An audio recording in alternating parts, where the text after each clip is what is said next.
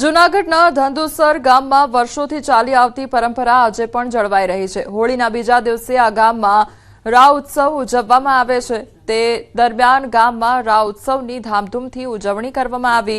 ઉત્સવ ઉજવવા દૂર દૂરથી લોકો પોતાના વતન આવ્યા છે અને આજે ગામના નવયુવાનો સહિતના લોકો રા બન્યા હતા અને જે પરિવારમાં દીકરાના ઘરે સંતાન ન હોય તેઓ માનતા રાખે છે અને સંતાન પ્રાપ્તિ થાય છે। તે વ્યક્તિ હોળીના બીજા દિવસે આ ઉત્સવમાં ગરદભ પર બેસીને આખા ગામમાં ફરે છે તો હાથમાં તલવાર લઈને ગરદભ પર બેસી આખા ગામમાં લગ્નના વરઘોડાની માફક વાજતે ગાજતે ફેરવવામાં આવે છે। જ્યારે ગામમાં રા નીકળે છે ત્યારે તે ઘરે ઘરે ફરે છે અને જેમના ઘરે સંતાન પ્રાપ્તિ થયેલ હોય તેવા પરિવાર તેમના સંતાનને રાના દર્શન કરાવવામાં આવે છે।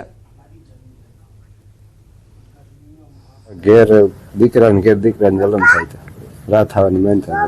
ગામમાં બધે ફરવાનું, રાને વધાવે બધાય। રાની પરંપરા મારા ગામમાં ખૂબ જૂની છે અને કુદરત પાસે પોતાની અરજ રજૂ કરે છે કે કુદરત મારી જે આ માગણી છે, મારા દીકરાને ત્યાં દીકરો આવે અથવા તો કોઈ એવા ગંભીર રોગમાં પટકાયેલો અંગત માણસ હોય એમાંથી છૂટે, આવી કેટલીક માન્યતાઓથી પ્રેરાય અને રા બને છે।